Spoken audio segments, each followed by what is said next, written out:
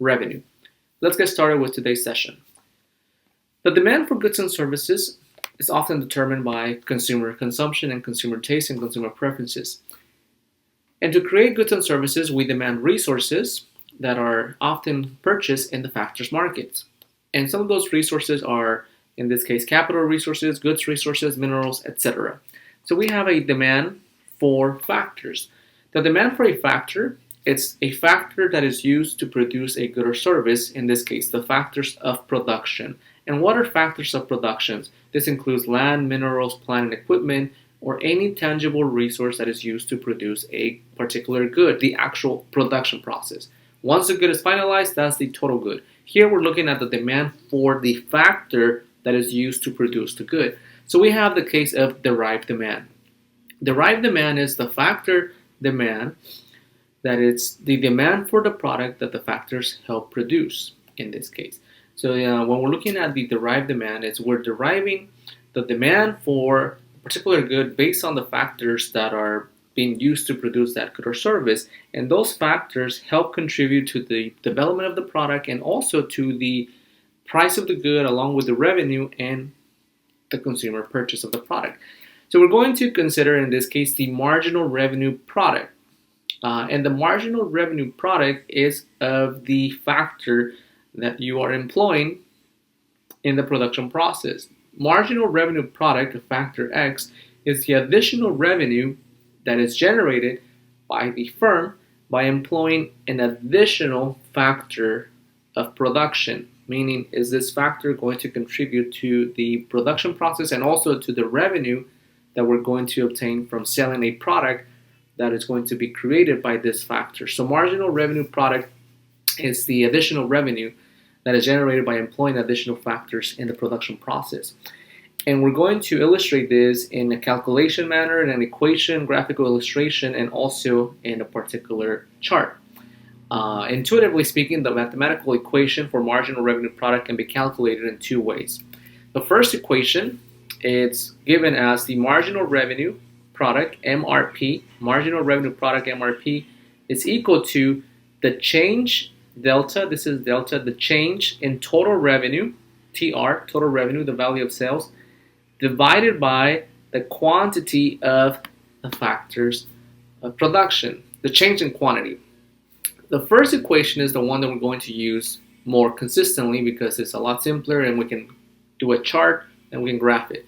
Marginal revenue product of the factor that we're using is equivalent to how much revenue is changing every time we employ one more factor divided by the change in the quantity of the factor. In other words, how many factors or how many more units we use of this resource to produce a product.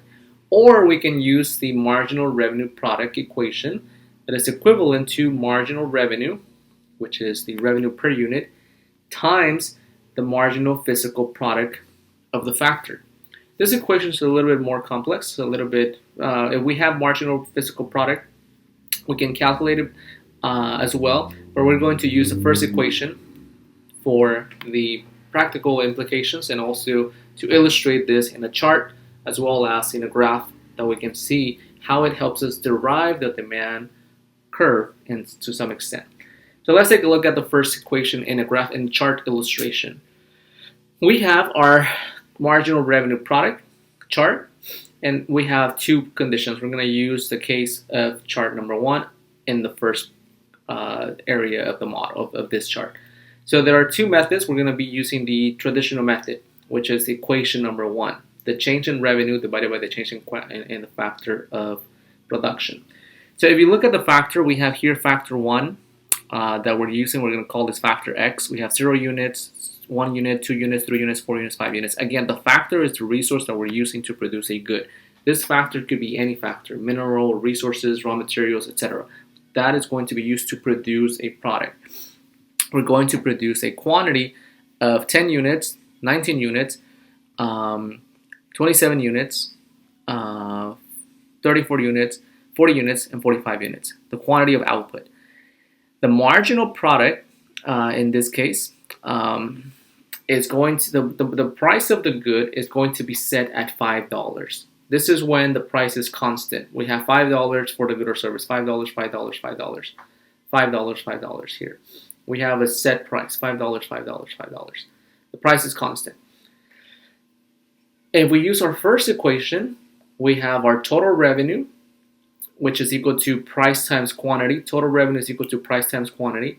And we have our marginal revenue product of factor X, which is our equation that we need to find. Total revenue is found by looking at the price of the good times the quantity of output. So we're going to be using $5 times the quantity of the output, which is 10. 5 times 10 is 50. And we continue. 5 times 19, 95. 5 times 27, we fill up the blanks. Once we get total revenue, we need to calculate marginal revenue product of factor X, which is marginal revenue product. First, we need revenue. The change in total revenue divided by the change in quantity of the factor, which in this case, the factor is changing by 1 unit. We're going to use this in an illustration to figure out how to solve this particular empty spaces. In the second one, we have the marginal product of marginal product revenue, which can be found using the secondary equation, marginal revenue product of factor X. We need the marginal revenue in this case, and we need the marginal physical product. And the marginal physical product is given here at it's given. Most of the time you need to know what the marginal physical product is in order to use the second equation. But we're going to use the first equation. And the marginal revenue, it's equal to 5 in this case. It's always 5. So we're just going to multiply those two and find marginal revenue product.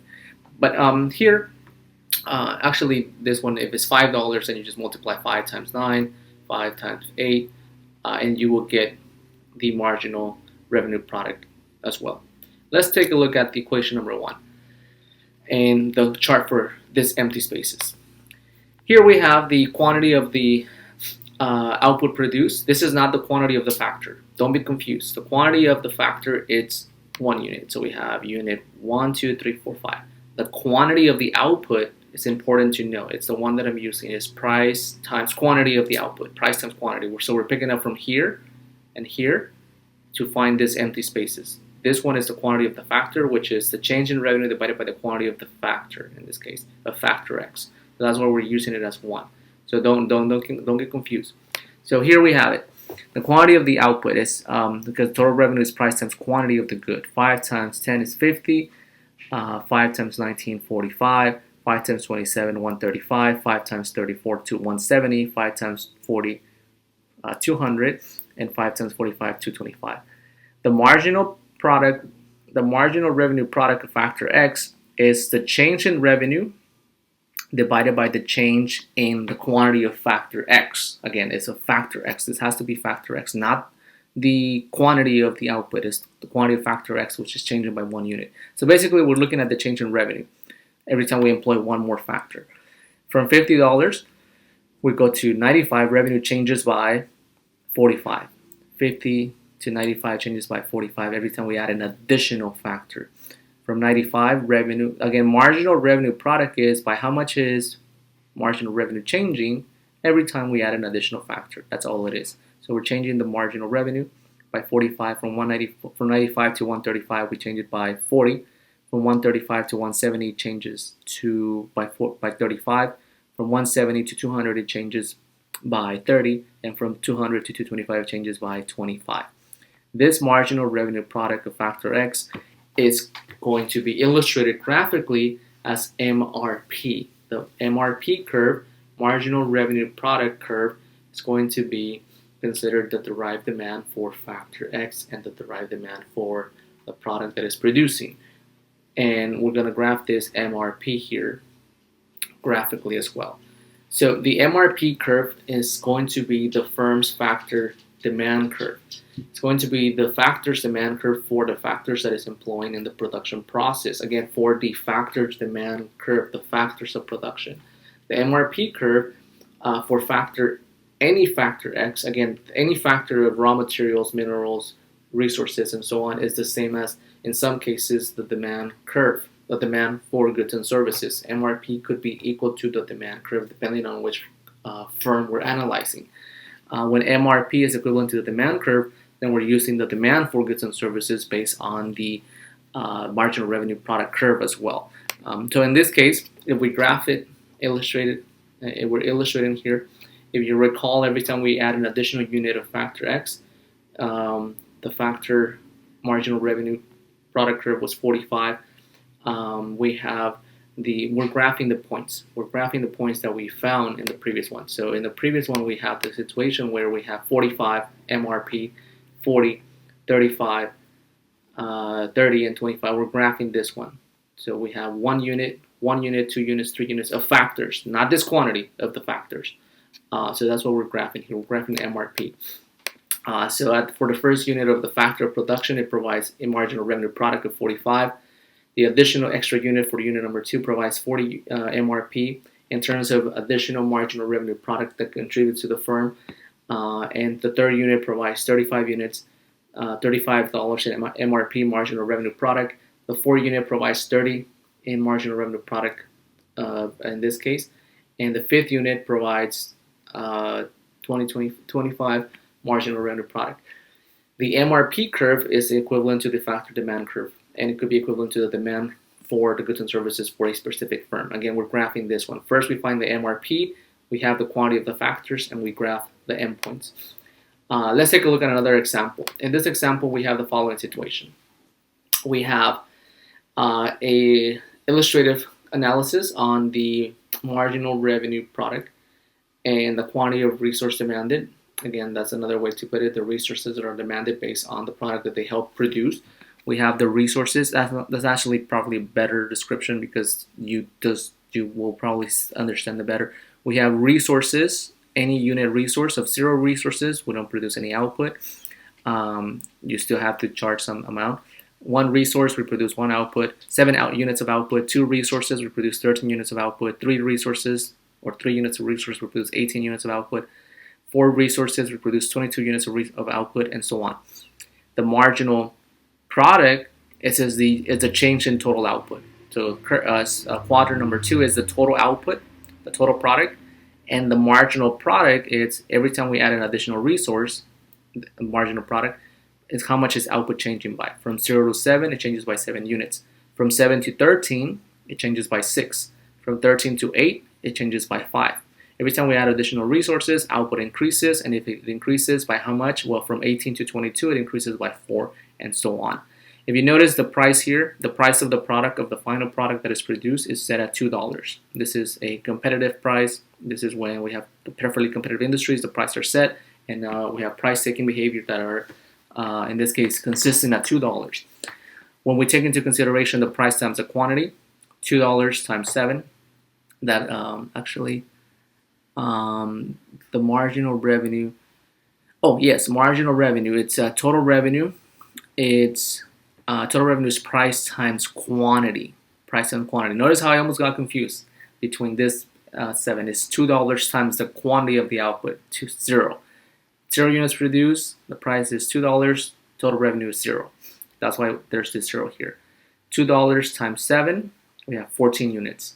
$2 times 13, we have $26 in revenue. $2 times 18, 36. $2 times 22, 44. $2 times 25, 50. $2 times 27 units, 54. And $2 times 28, 56. Now that we have total revenue, we're taking an extra step and we want to know how much is total revenue changing every time we employ more resources. If we need more resources, we can produce more output, and we can sell more units, and we can make more revenue, hopefully. So that's what marginal revenue product, MRP, measures, the change in total revenue for every additional unit of resources. That's why quantity of resources are 1, 2, 3, 4, 5, 6, 7. Every additional unit of resource helps create a product here, and we can sell it and generate revenue, and we want to know how much revenue is changing. Well, if we have no resource, no output, there's no revenue here. No output, we have a price, but there's no revenue. We add 1 unit, produce 7. 1 resource produces 7 units, and those 7 units can be sold at $2, which is revenue 14. So revenue goes up by 14. If we use 2 resources, we produce 13 units. Those 13 units are going to be sold at $2.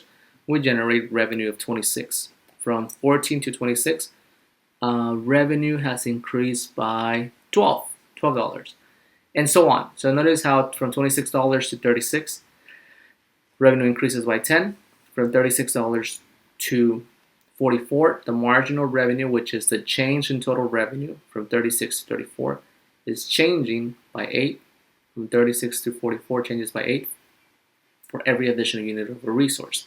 So we have every additional resources, and we graph 14, 12, 10, 8, 6. It's illustrated here. $14, $12, $10, $8, and so on. This is specifically for competitive firms that have a set price. When you're looking at partially uncompetitive firms, the DMR is going to be a little bit different. The demand marginal revenue product curve is going to be completely different. For perfectly competitive firms, the MRP is equivalent to the demand curve and it's downward sloping. Again, this is the change in total revenue, and we graph it. So let's analyze this further. The factors market has an important implication, and every product that we produce generates some value, and we can look at the value marginal product as VMP. The value marginal product as VMP is the price of a good multiplied by the marginal physical product of the factor. This is a little bit complex when you're looking at this analysis. The value marginal product, VMP, is the price of the actual good multiplied by the marginal physical product of the factor. The marginal physical product of the factor, which means it's how much output is this resource generating, and you want to look at the change of the total production. That's why it gets a little complicated. And an important question is often whether or not the marginal revenue product is equivalent to the value marginal product. And for a competitive market, it should be equivalent. When you have competitive markets and set prices, they should be equivalent when you're looking at this analysis. For uncompetitive markets, they're not equivalent.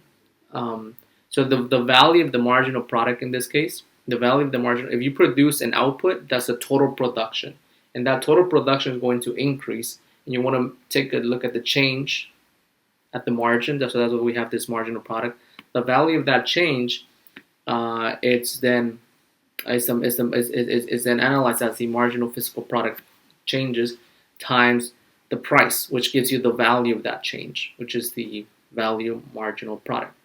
It's a little bit complicated at first. And in a perfectly competitive firm, that is equivalent to the value of it is equivalent to the marginal revenue product that we can analyze. And we did this in the first chart. The first empty chart that is in the beginning of the discussion, it has MRP, which is 50, 45, 40, and at the bottom it actually has the marginal physical product analysis, and they're equivalent. If we actually fill in the blank for the bottom one, the chart that is at the very bottom, there will be equivalent because the price is set, it's standard. Only for competitive markets they are equivalent. For other firms that are not competitive, that are not in the industry as competitive markets, they are not equivalent. For a monopolist, a monopolistic competitor, oligopolist, or other structural firms, the value marginal product is greater than the marginal revenue product because they have a higher price point on their goods and services. So the value of it, if you notice the value BMP is price times MPP, the value is going to be greater if the monopolist has the ability to influence price. So a BMP is going to be greater than the marginal revenue product in monopolistic scenarios. So we need to take that into consideration. So let's analyze this in two different graphical illustrations. So we have MRP in the yellow model here, the model on the side of the screen that has the demand curve that it's downward sloping and is yellow, and the secondary model, which is model number B, or model B, that has the MRP curve, the marginal revenue product curve, which is equivalent to the demand for the factor, and is different than the value marginal product curve. They're deviating. And the first model the marginal revenue product curve is equivalent to the value marginal product curve. And both of them have their respective equations, which is here, is the price of the good times the marginal physical product. And MRP is equivalent to the marginal revenue times the marginal physical product curve. And they're equivalent. MRP is equivalent to VMP. Both of them are the same curve. So here we have it. MRP is equal to VMP. They're the same in a perfectly competitive firm. And it specifies for perfectly competitive firms.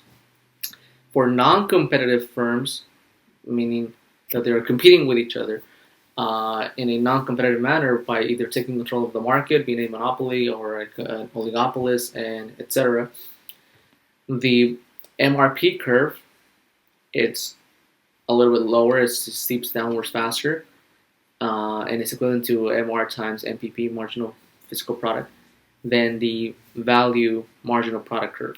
They're deviating, they're not equivalent to each other. This has to do with the fact that the monopolists and the oligopolists and the monopolistic competitors have the ability to influence the price. Notice how the VMP, value marginal product curve, has the price here that if it's set at a higher price, the curve is going to have a higher value than the MRP curve, which is deviating. This one kind of helps derive the monopoly model, these two explanations, these two curves. Why the monopoly model, it's downward sloping, and why those two curves deviate to some extent.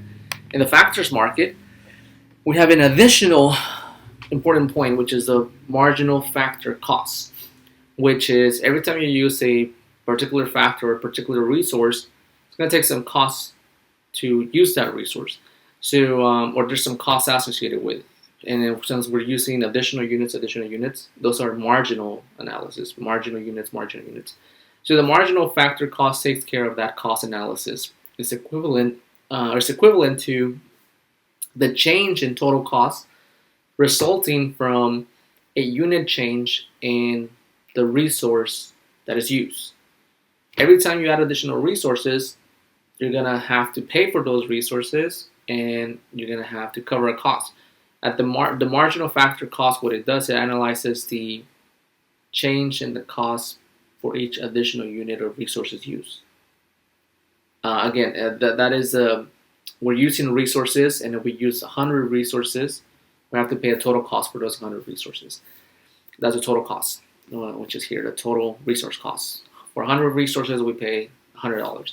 But if we add an additional 2, 3, 4, 5 resources, that's going to increase the total cost. So we want to know how many more additional units do we need, which in this case, the marginal analysis, that's marginalized analysis. And after you look, we need 3 more units. Well, for each additional unit, here the change in total cost is going to change.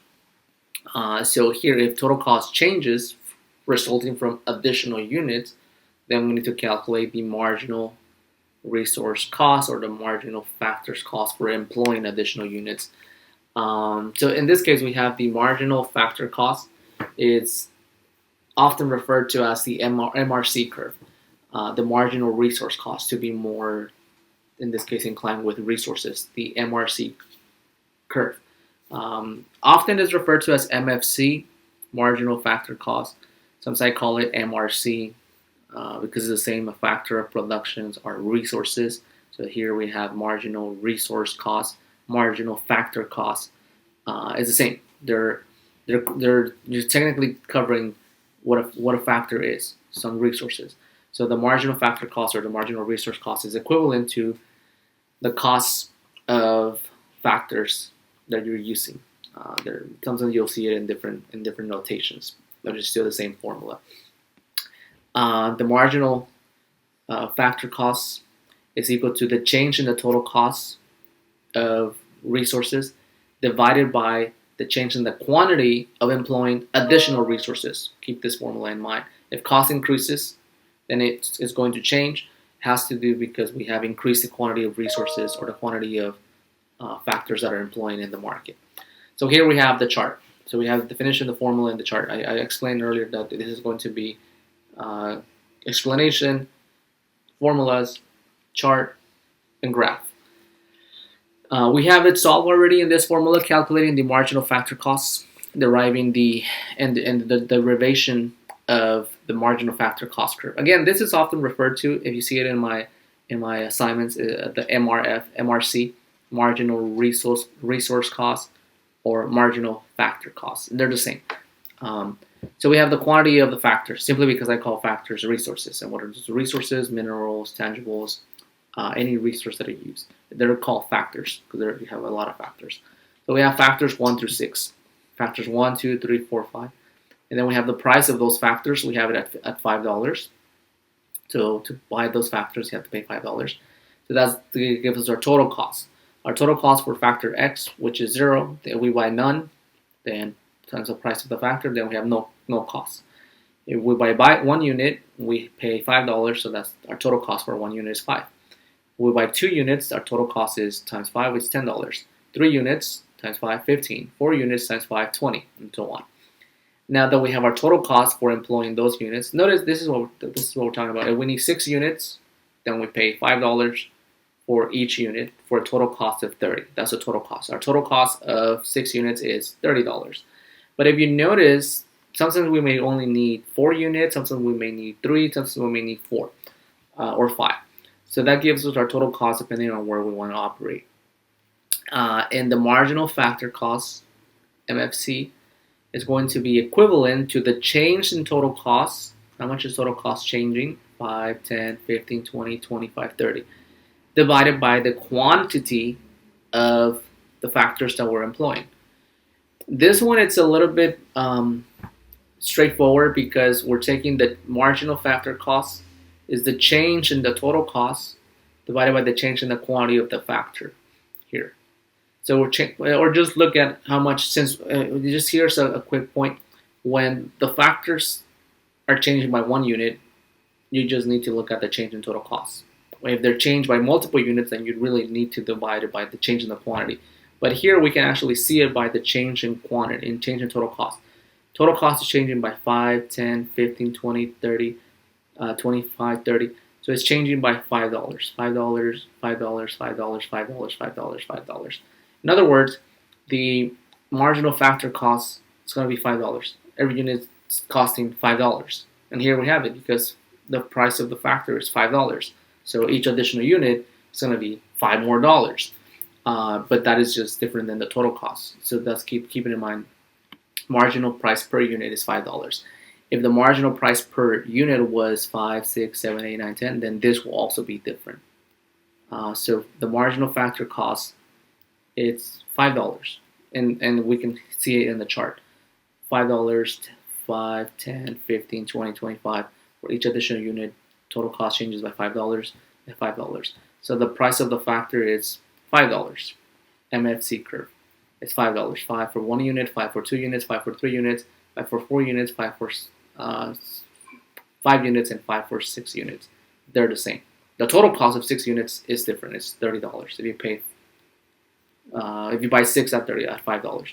So that will give us the supply of the factors. The supply of resources is, in this case, horizontal. You can buy large quantities at $5 or low quantities at $5 is horizontal. When we integrate the marginal revenue product curve along with the price of the resources, we have our model of how many resources we're going to obtain to generate the highest revenue considering the cost. So here we're bringing in the marginal revenue curve, which is the red. This looks like a violet type of red. Is the marginal revenue curve if it's downward sloping, and the marginal factor cost. So our resources are going to cost $5 here. That was price 1, and our marginal revenue curve, it's the revenue that it provides every time we employ more.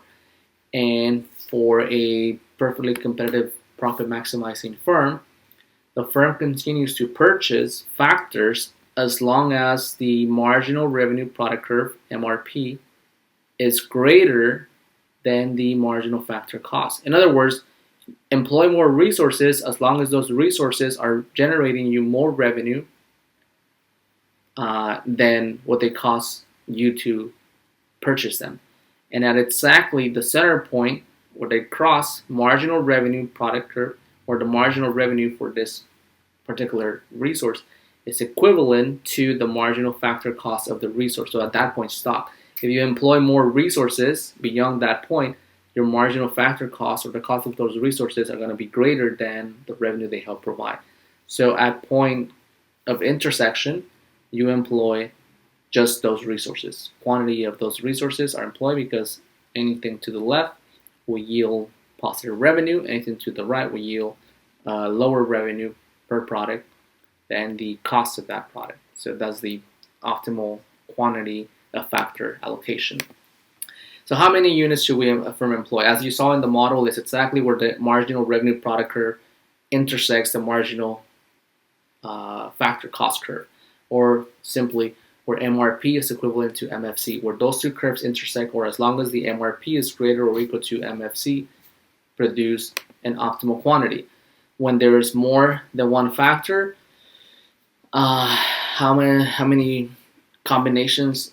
So the first one was when we had just one factor. And when sometimes you have a combination of factors or a combination of resources, how much of each unit should you produce? Well, where MRP of the first unit is equivalent to the MRP of the second unit and of the third unit, and so on. So we need to use several applications because they need to be in optimal allocations. So we're going to produce an output with the least cost resources possible. So if we use this application, typically most firms will like to produce output with the least cost combination of resources. Combine your resources that provide you the lowest cost, because you have a lot of resources, and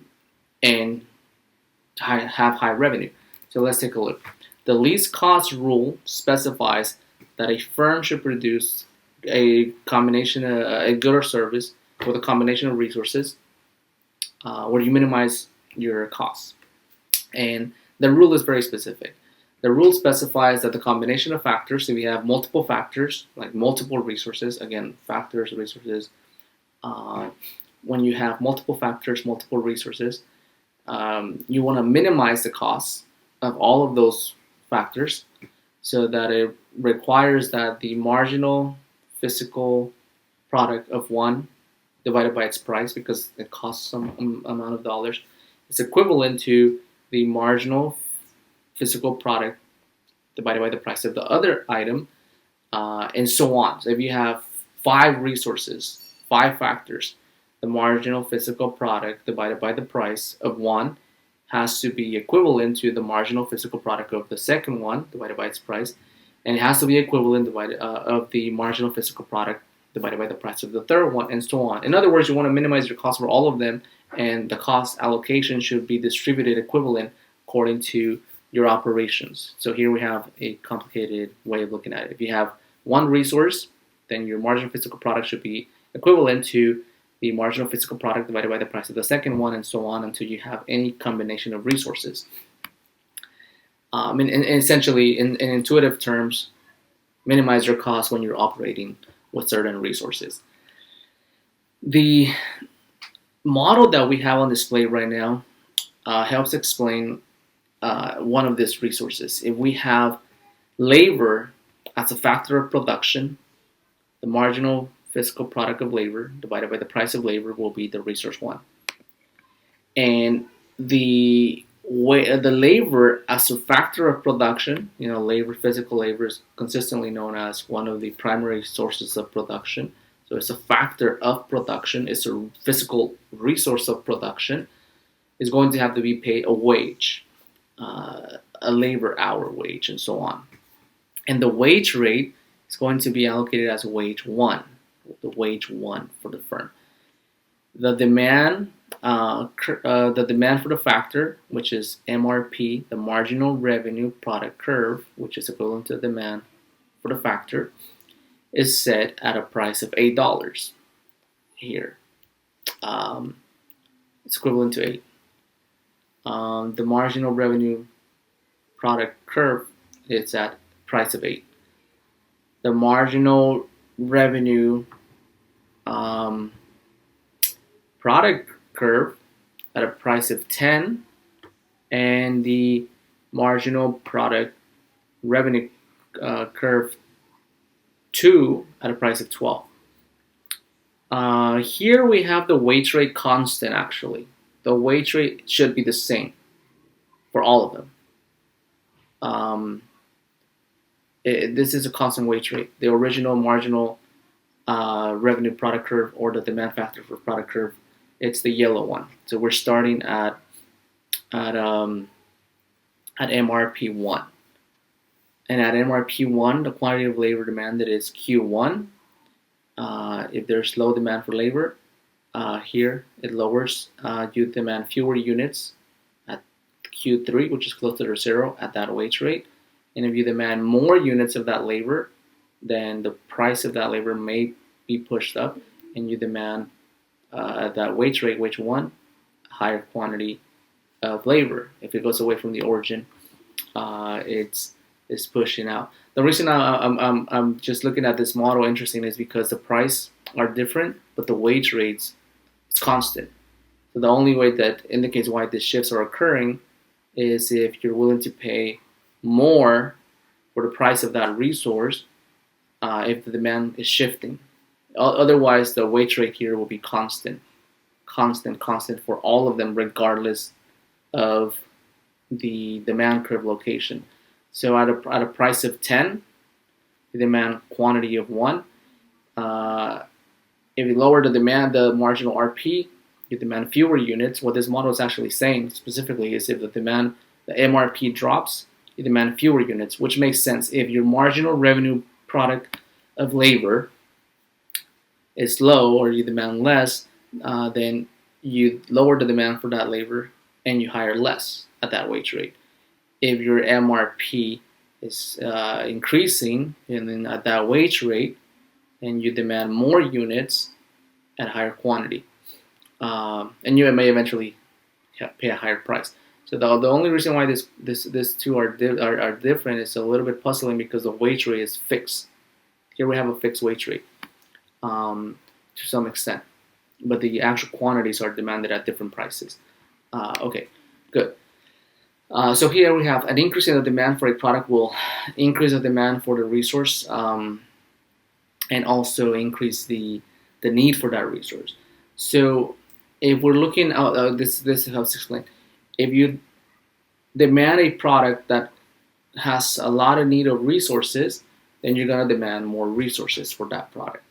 So we're going in 2 steps. When consumers demand a specific product, there's an increase in demand, the demand curve shifts. And that increases the demand for the resources to produce that product. So both of them shift. So in this case, it shifts the MRP to a higher location. So that's why we are employing quantity 1 to quantity 2. We're employing more units of labor at that wage rate, and then later on the price of the actual wage could actually push up in that case. So let's take a look at the demand for labor.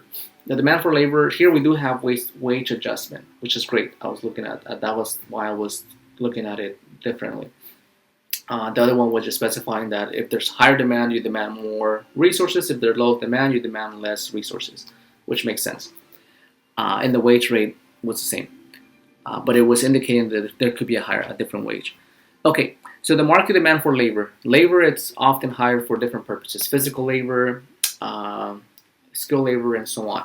So we will expect the market demand for labor to be relatively different depending on the needs of the market.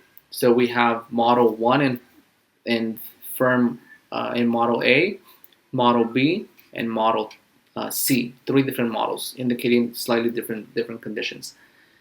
The demand for labor in the market is expected to be the market demand curve for labor to be the horizontal summation of individual firms' demand for labor at a specific wage.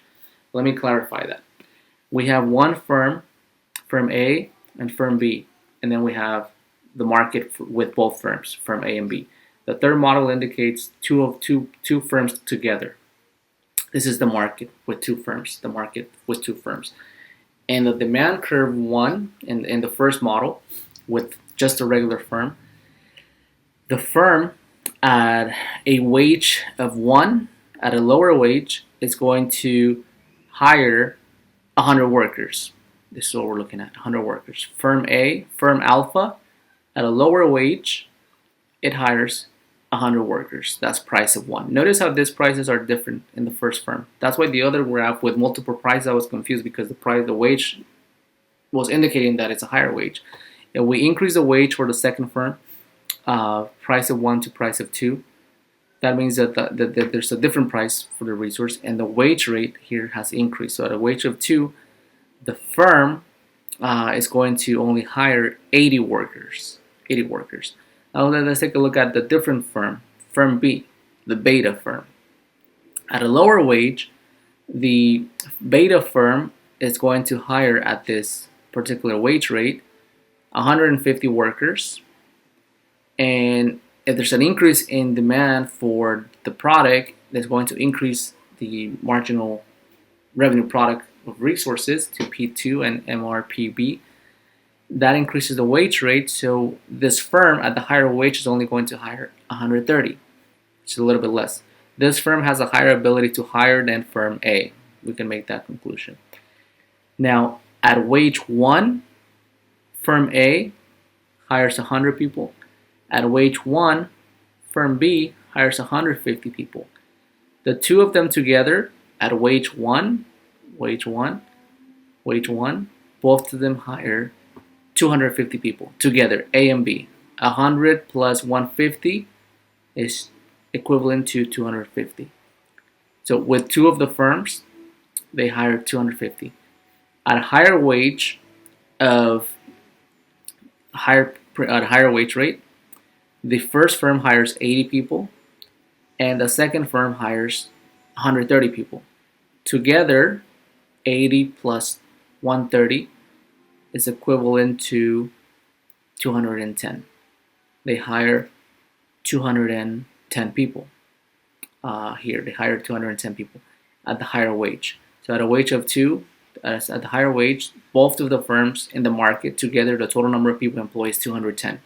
210, 130 plus 80, that gives us 110 for both of them, and that gives us the market demand curve for both of the firms. So both of the firms together in the market are going to hire either 210 people at a wage that is higher, or if you lower the wage to both of the firms combined, both of them are going to hire 250 people. So the demand curve here is the market demand curve including both of them. So that's what here the market demand for labor in the market, combining all of the individual firms, is the horizontal addition of 100 people at a lower wage plus 150 people at a lower wage. Together, it's equivalent to 200 people in the market.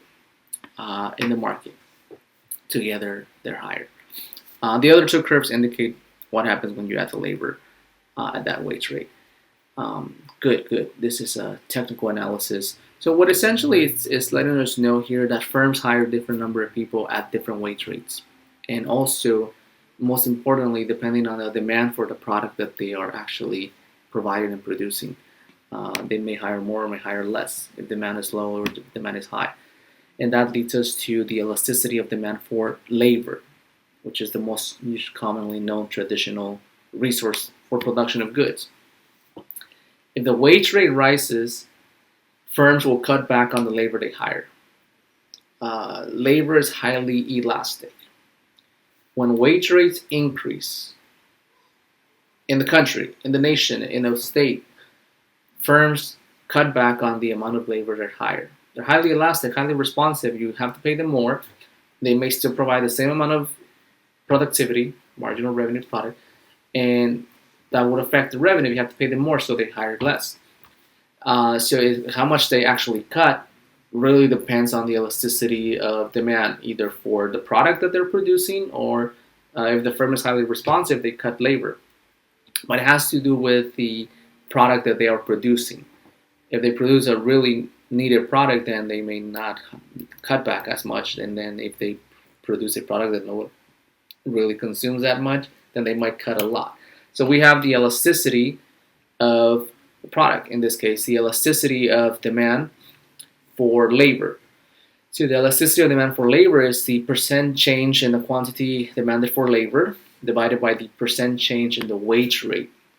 If it's greater than 1, it's highly elastic. Firms are highly responsive to changes in wage rates, and they cut back a lot. If the solution, or if it's less than 1 and is inelastic, when the wage rate increases, the firms are not as responsive and don't cut back a lot in terms of labor. If it's unit elastic, they have a neutral response. They can either increase or decrease, and so on. So the elasticity of labor hire really depends on the wage rate along with the product that they're producing, if they really need the product in the market. So the determinants of elasticity and how elasticity is analyzed, it depends. The elasticity, it has to do with the demand for the product that labor produces. If consumers demand it a lot, most likely the industry will be highly in need of labor. And if the product is not needed, then the industry does not need the labor. So it really depends on the product that labor helps produce. Think about the holiday season during Christmas time. There's a lot of demand for Santa Claus at the malls, shopping centers, and different locations, but it's seasonal. And during the rest of the year, there's low demand, so the demand drops. So it really depends on the product that they help sell and they help produce. If it's consistent throughout the year and in consistent need, then the labor will always be higher.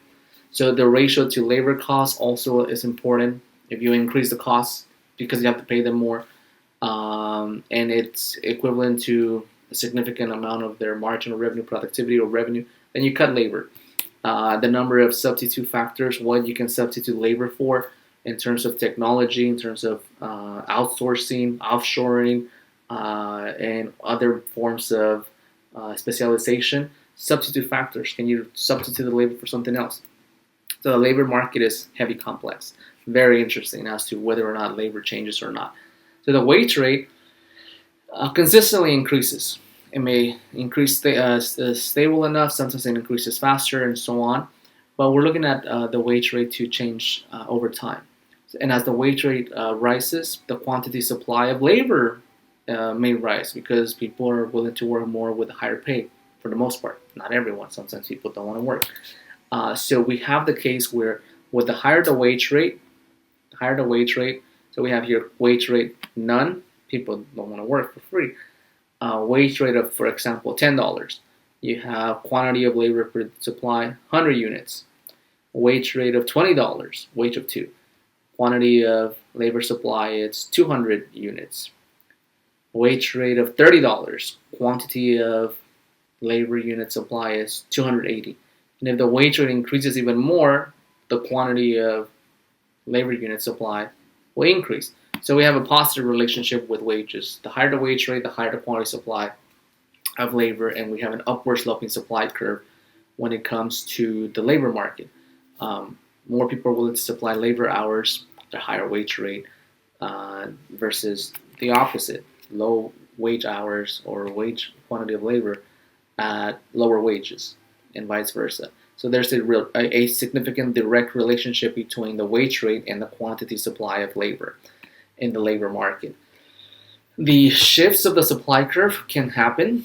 The supply of labor can shift when the curve shifts entirely to the right or entirely to the left. It can increase the supply of labor, it can decrease the supply of labor, and two factors can shift the entire supply curve. Either it can increase the total supply of labor or it can decrease the total supply of labor. And notice how I'm using total supply, not quantity supply. The total supply of labor can shift if the wage rate changes in other markets. So if there's different markets in other industry, the supply of labor for another industry may increase. So people moving from one industry to the next because it pays more. In the non-money, non-pecuniary aspects of a job. These are the benefits that it provides. The non-pecuniary things like having a vacation, having a parent leave, sick leave, benefit packages, and so on, health insurance. Those are the non-money, non-pecuniary aspects of a job: the safety, the security, the environment, the culture, the place of work, the atmosphere, the ambiance that the company provides for their employees or for the members of the industry or of their organization. So here we have the case of the wage rate along with the demand for labor. And the following model indicates the supply of labor and the demand for labor at different wage rates. And we have two forces affecting one another: the supply of labor by the workers and the demand of labor by the firms. Okay, we have the demand of labor by the firms willing to hire individuals supplying labor, and in equilibrium, we have an equilibrium wage where the firms hire those that are willing to supply labor hours at an agreed wage rate. And this wage rate could be $20, and we have 200 units of people working. Ideally, in the market, if the supplier of labor is willing to gets a higher wage, it will supply higher quantity of labor. But the firms with a higher wage, it's working in an opposite direction. They're going to want to hire less people with a higher wage rate. So often cases, if the market is not in equilibrium, if the wage rate is too significantly increased at any other wage, if it's higher than the equilibrium wage rate, at a wage of 2, for example, at a higher wage rate, then more workers are going to be willing to work, but the quantity of labor is going to be greater than the quantity of demanded by the firms. When the quantity of labor is greater than the quantity demanded by the firms, you have more people willing to work than what the firms are willing to hire at a higher wage rate, and we end up with excess labor or a surplus of labor that is not going to be higher at a higher wage rate. This occurs typically when the wage rate is above the equilibrium, when it's set by either government policy and minimum wage.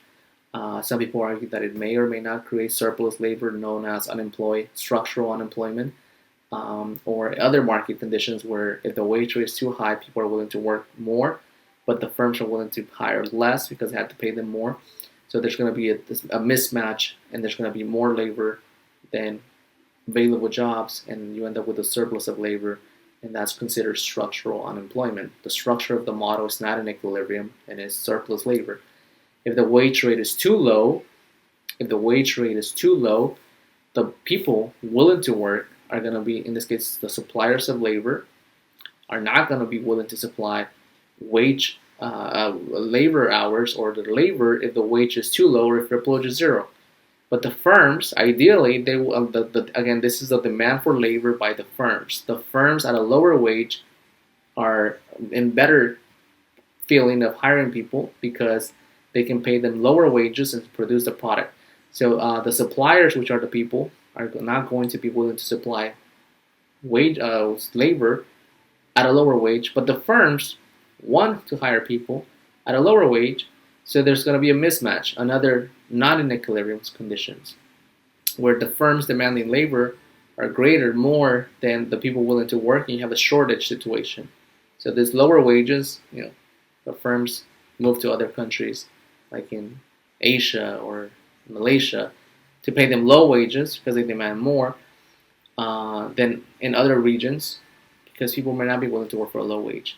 So ideally, you want to set the wage near the equilibrium point, where the quantity demanded of labor is equivalent to the supply of labor by the firms and those willing to supply labor. Any other wage rate creates an inefficiency condition in the market that can result in a surplus or a shortage. If the wage rate is above the equilibrium, it creates a surplus of labor.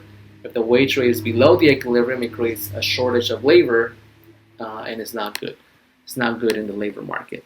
So in order for wages to be the same in the market, we have to have various conditions. And sometimes different industries have different wages.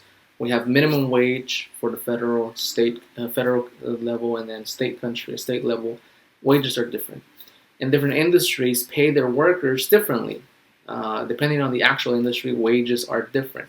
So the demand for every type of labor has to be the same. In other words, everybody has to offer the same amount of service or the same ability, which is not the case. The jobs have to have no special non-pecuniary aspects. Like, you cannot be asking for like days off and extended holiday leave or a nice environment, etc. The non-pecuniary aspects, how you feel in the job. And we have to look at the case where all labor has to be ultimately homogeneous, and the laborers can be trained at no cost, very cheap and inexpensive, so that everybody gets paid a similar wage. In other words, everyone. This is our potentially the argument for like universal wages, that everybody has to pay a high, decent wage. I don't necessarily agree with that particular aspect, because every industry has different skill sets, different requirements, different aspects of labor. People have different natural abilities themselves, and the products they produce are not the same, and so on. So the demand for the labor could be different based on what the person can offer, and so on. And if you want to pay everyone the same wage, regardless of industry and regardless of demographics, certain things must be met. Um, so in this case, we're looking at labor market analysis with wage disparities.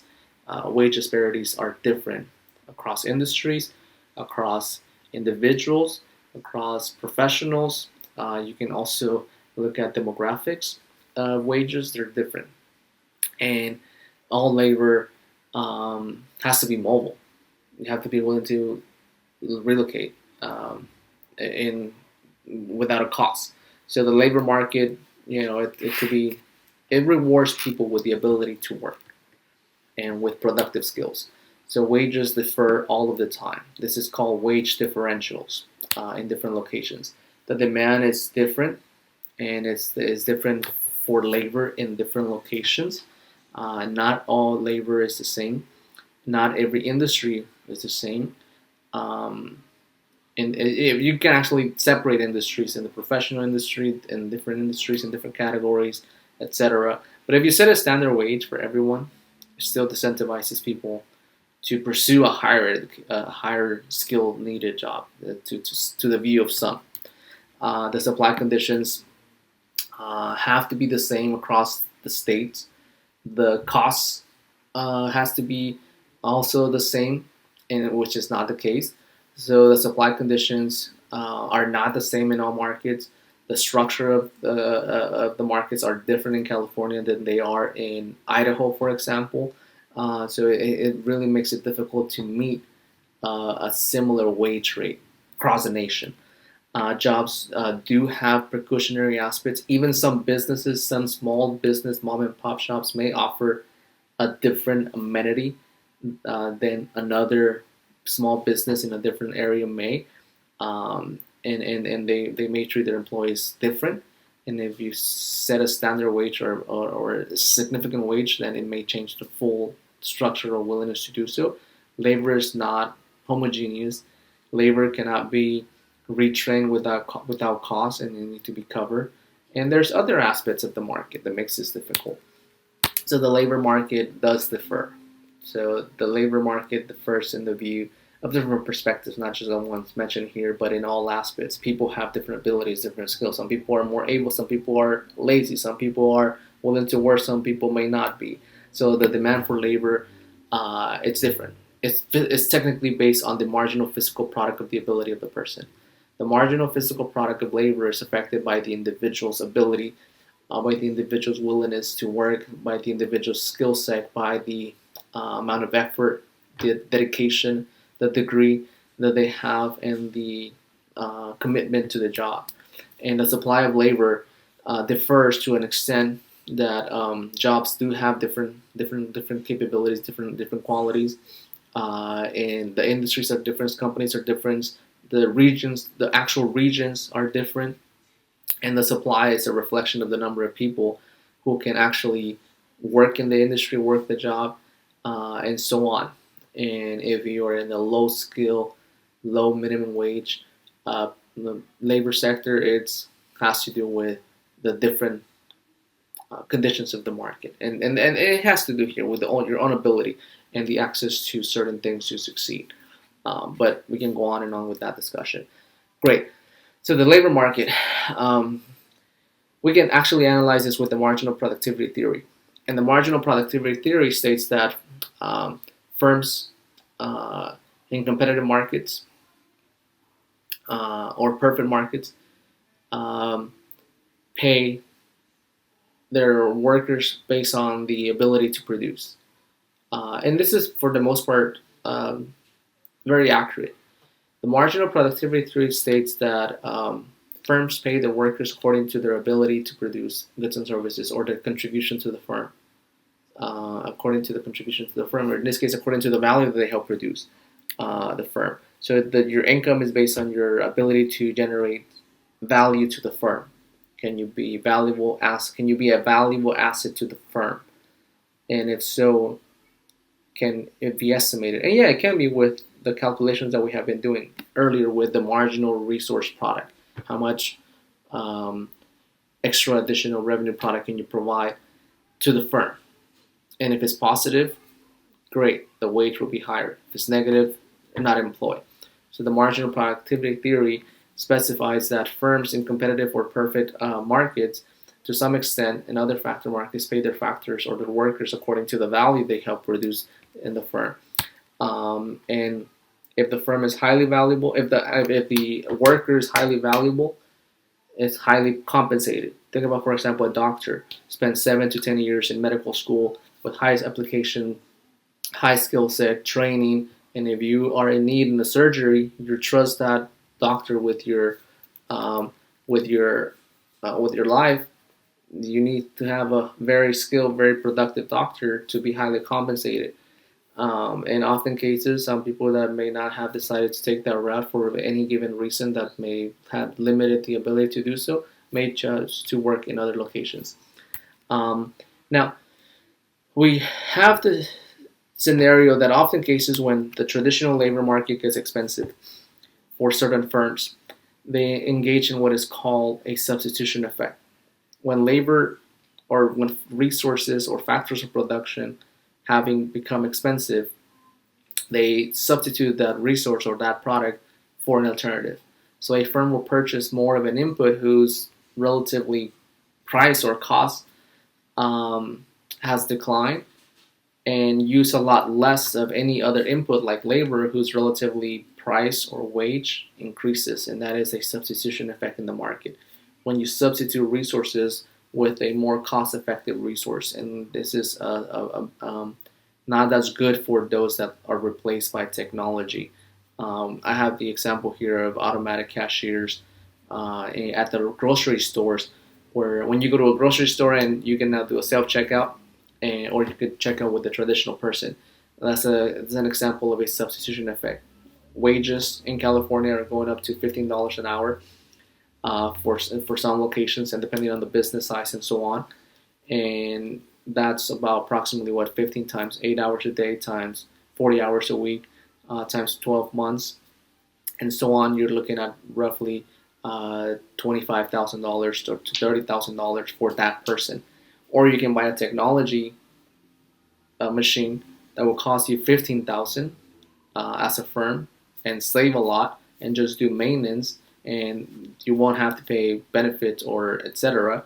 And it's cost effective. It sounds mean, it sounds cruel, but it can be done. In often cases, the unions are highly critical and protect their workers and their members from those effects and those scenarios. Where companies just move to a different area to have a cost-effective capability. But the substitution effect happens all the time in the market. And markets adjust, markets changes, and so on. Here we have the self-checkout. Automated floor, completely. This self-checkouts, it really depends on how costly it is, but I just give an estimate. $15,000, for example, for a self-checkout machine versus a high-wage employee that could also be $35,000 with benefits, package vacations, and insurance, etc. It's a common phenomena, at least in the less skill-based employment sector. But all employment is good. All employment is good. Great. Well, thank you for joining in today's discussion. Have a good afternoon. I'll see you next time.